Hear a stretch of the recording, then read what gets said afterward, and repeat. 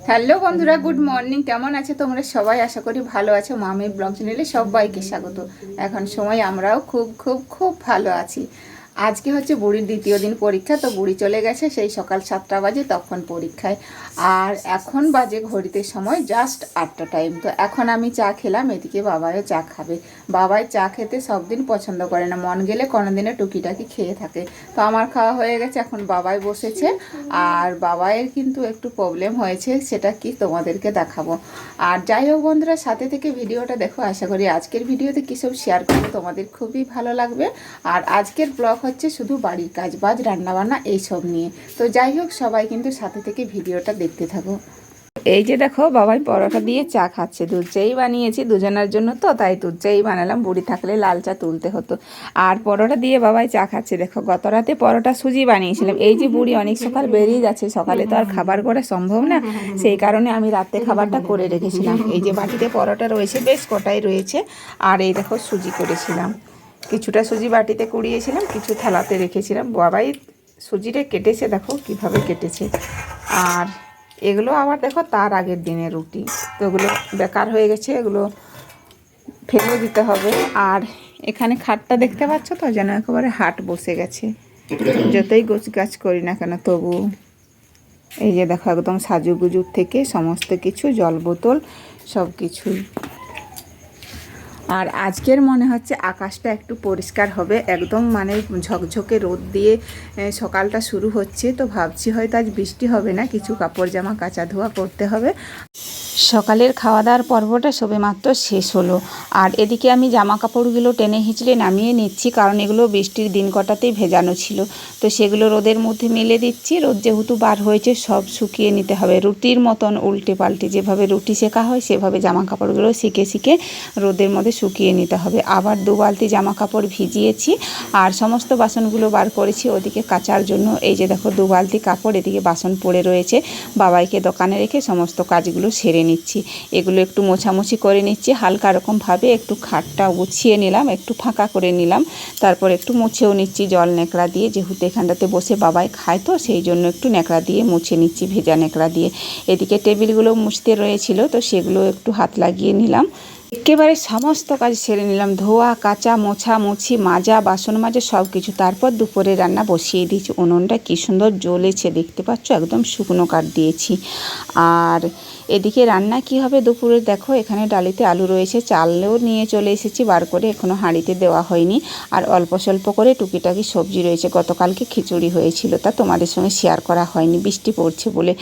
আর এই গাজর রয়েছে, বাঁধাকপি অল্প করে রয়েছে, বরবটি রয়েছে 2-1টা, আর লাউ ডাঁটা রয়েছে। তো এগুলো দিয়ে একটা ঘন্ট বানাবো। আবারও দিয়েছি মসুরির ডাল ভিজিতে। ডালটা ভিজিয়ে রাখলে খুব তাড়াতাড়ি রান্না করা যায়। ছোলা মটর ভেজানো ছিল, এগুলো ওই সবজিতে মিশিয়ে দেবো। আর বাবাই গেছে বাজারের দিকে, ওদিকে মনে হয় ফিরলো, গেছে দরকারি কাজে। চুল কাটবে, আর সাইকেলটাও একটু প্রবলেম হয়েছে, স্কুল যেতে পারছে না, তো সাইকেলটাও বাগিয়ে আনতে গেছে। চুল কাটা আরও কিছু কিনতে গেছে, হয়তো মাংস টাংস আনবে বলেছিল, দেখা যাক কী হয়। তো এই যে ফিরেছে, গেট লাগানো ছিল তাই আমি খুললাম। খাচ্ছে দেখো একটা লস্যি। আর ওর পায়ে একটা প্রবলেম হয়েছে, ভিডিও শুরুতে তোমাদেরকে বলেছিলাম না যে বলবো একটা প্রবলেম হয়েছে বাবাই। এই যে দেখো কি হয়েছে, দেখতেই পাচ্ছ কি হয়েছে। এটা বন্ধুরা আমারও জানা নেই যে এটা কি হচ্ছে। ওখান দিয়ে রক্ত বের হচ্ছে, রক্তটা উপর দিকে, মাংসটা কালো হয়ে গেছে দেখতে পাচ্ছ। কি আঙ্গুলটার পরিস্থিতি দেখতেই পাচ্ছ, তো জানি না কি হবে। তো নক্কনি বলেই কাটিয়ে দিচ্ছে, সেই নক্কনিরই ওষুধ লাগানো হচ্ছে। বুড়ি নিয়ে এসেছিলো, গোটা মুখে চোখে চুল দেখা যাচ্ছে, দেখো চুল কেটেছে। বাবাকে এক্ষুনি স্নান করতে হবে, তা না হলে ওগুলো কী বলো তো, একটা কেমন যেন অস্বস্তি লাগবে। তো নক্কনির ওষুধ লাগাতে লাগাতে এখনও এইভাবে আছে। তো এখনও ওটার জন্য কোনো মানে চিকিৎসাই করা হয়নি। যাই হোক, এবার ভাবছি আর গাফিলতি করলে চলবে না, এবার কিন্তু ওর চিকিৎসা নিতে হবে। এদিকে আমার কমপ্লিট হয়ে গেছে। হঠাৎ করে রোদ আকাশে বৃষ্টি এলো। বৃষ্টি আসার মতো কোনো সম্ভাবনাই দেখতেই পাইনি, কোনো আকাশের পরিস্থিতি খারাপ বুঝতে পারিনি। হঠাৎ করেই রোদ, হঠাৎ করেই বৃষ্টি। কী হারে বৃষ্টিটা পড়ছে সেটা তোমরা দেখতেই পাচ্ছ। মা ছেড়ে নেজেহাল হয়ে গেলাম। এত জামা কাপড় মেলা ছিল, টেনে হিঁচড়ে একাকার। আর কি বলতো, শুধু আমার সংসারে নয়, প্রত্যেকটা ফ্যামিলিতে, প্রত্যেকটা সংসারেই সবাই রোদ দেখে জামা কাপড় ভিজে সমস্ত কিছু মেলামেলি করেছিল। সবাইরই হয়তো এইভাবে একই নেজেহাল। কোনো বৃষ্টি আসার মতো বোঝাই যায়নি, হঠাৎ করে রোদেই বৃষ্টি চলে আসলো। আর এদিকে বাবাই বসে চুপচাপ বৃষ্টি দেখছে। যাচ্ছি। বৃষ্টি থেমে গেছে আর বাবাই ওদিকে দেখো বেরিয়ে পড়লো বাইক নিয়ে। আর খাওয়া দাওয়া করেছে, খাওয়া দাওয়া আমারও হয়ে গেছে পুরো কমপ্লিট। স্নান এখনও হয়নি, প্রচুর খিদে লেগেছিলো।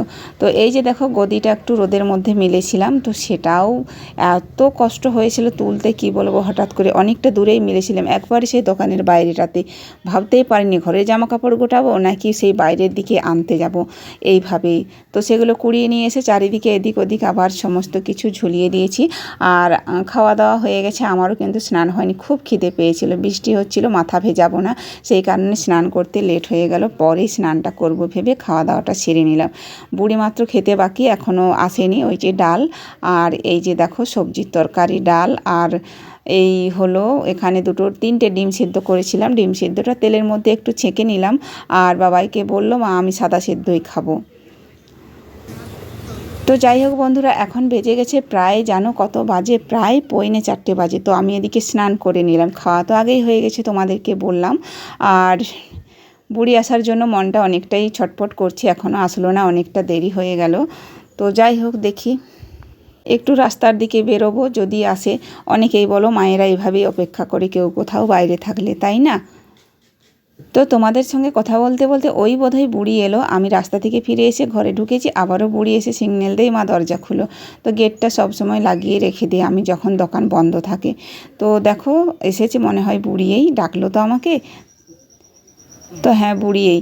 আর ওই দেখো বুড়ি ওপর দিকে তাকিয়ে রয়ে গেছে হাঁ করে, কি দেখছে বলো তো? কিছু তো একটা দেখছে। আমি জিজ্ঞাসা করলাম কি দেখছি? এই আমাকে আঙ্গুল দিয়ে দেখিয়ে দিল, ওই দেখো কি, এখানে একটা মাকড়সা একটা পোকাকে ধরে সে আনন্দ করছে, মজা করছে। ওকে খাবে কি না জানি না, পোকা ঠিক একটা নয়, মাছি বললেও চলে। অনেক বড় জাল বুনেছে, দেখো দেখা যাচ্ছে। আর ও ওকে ছাড়বে না কিছু করে, আমি দেখো ছাড়িয়ে দিয়েছি ওকে মাছিটা একটা ছোট লাঠি করে। তো ও আবারও চেষ্টা করছে ওই মাছিটাকে ধরার। মাছিটা অনেকটাই দূরে আছে, তো সে নেমে আসছে, এই দেখো এইভাবে। তো বুড়ি দেখেই হতাশ, মা দেখো কীভাবে ধরেছে পোকাটাকে, এই দেখো আবার ধরে নিলে, দেখতে পাচ্ছ? এদের বুদ্ধি অনেক, বলো, মুখে কথাই বলি না এটুকুই। দোকান খুলেছি, তো দোকান খুলতেই দেখি দোকানের মেঝেতে এই দেখো একজন পড়ে আছে লম্বা চম্বা দিয়ে। কি বলো তো, ওর প্রাণ প্রায় যায়। অনেকটা তিতিক্ষা হয়ে, মানে অনেক জ্বালা যন্ত্রণা সহ্য করে, কি বলবো, অনেক কান্না চলে আসে চোখে। তোমাদেরকে আগের ব্লগে শেয়ার করেছিলাম ওদের দৌড়াত্তি দেখে। তো সেই ভেবে আমি আজকে কিন্তু বিষ দিয়েছি চারিদিকে বিস্কিটের সঙ্গে। তো সেই জন্য ও খেয়েছে, তাই এই অবস্থা। সন্ধে হয়ে গেছে, এদিকে দেখো বুড়ি পড়তে বসেছে। আর এদিকে আমার রুটি বানানো হলো, বাবাইকে কিছু সময় দোকানে রেখে কয়েক কটা রুটি বানিয়ে নিলাম। তারপরে যে বাবাইকে এখানে খেতেও দিয়ে দিয়েছি। আর আলু ভাজা করে দিলাম, রুটি আলু ভাজা আর দুপুরের তরকারি। বাবাই আজকে ভাত খায়নি, 3 বেলায় রুটি খেলো। সকালে পরোটা খেয়েছে চায়ের সাথে, তোমাদের ভিডিও শুরুতে শেয়ার করেছি। আর দুপুরেও আবার পরোটা সুজি ছিল, ফ্রিজে রেখে দিয়েছিলাম, সেও খেয়েছে। আবার এখন রাত্রেও রুটি খাচ্ছে। 3 বেলায় রুটি পরোটা খেয়ে থাকার কারণ হচ্ছে ও বাজার গিয়েছিল নিজেই, আর মাংস আনতে ভুলে গিয়েছিল, মাংস হয়নি বলে আজ ভাতে হাত দিল না। বেজে গেছে এখন প্রায় রাত 9টা, দোকান বন্ধ করেছে ওদিকে 8:30 বাজে তখন। তো সমস্ত কাজ গোছগাছ করে নিয়ে শুকনো মুড়ি মেখেছি, মা মেয়ে মিলে এক বাটিতে মুড়ি খাচ্ছি। এই যে সিনটা দেখে মনে হয়ে গেল স্কুল জীবনে আমরাও এভাবে বান্ধবীরা মিলে মুড়ি খেতাম। স্কুলে চপ টপ মাখিয়ে, তেলে ভাজা মাখিয়ে, এইভাবে এক জায়গাতে মাখিয়ে টেবিলে গোলাকার হয়ে বসে, খাবার টেবিলে নয় বই পড়ার টেবিলেই সবাই এপাশ ওপাশ করে বসে, মাঝের মধ্যে টেবিলে মুড়িটা রেখে বইগুলো সরিয়ে তারপর আমরাও এইভাবে মুড়ি খেতাম। সেই কথা বুড়ির সঙ্গে আমি শেয়ার করছি, জানিস আমরা স্কুল জীবনে এইভাবে খেয়েছি। বুড়ি বলল আমরাও খেয়েছি। তো যাই হোক বন্ধুরা, ভিডিওটা আজকে এখানেই শেষ করছি। তোমাদের কেমন লাগলো আজকের ভিডিও অবশ্যই কিন্তু কমেন্টে জানিও। আর যারা নতুন বন্ধু প্লিজ চ্যানেলটি সাবস্ক্রাইব করে দিও যদি আমার ফার্স্ট টাইম ভিডিও দেখে থাকো। এই দেখো মুড়ি, আলু ভাজা, লঙ্কা ভাজা, তেল, পেঁয়াজ কাটা এইসব দিয়ে মাখিয়েছি। তো যাই হোক, দেখা হচ্ছে নেক্সট ভিডিওতে। আজকের মতন সবাইকে টাটা বন্ধুরা, গুড নাইট।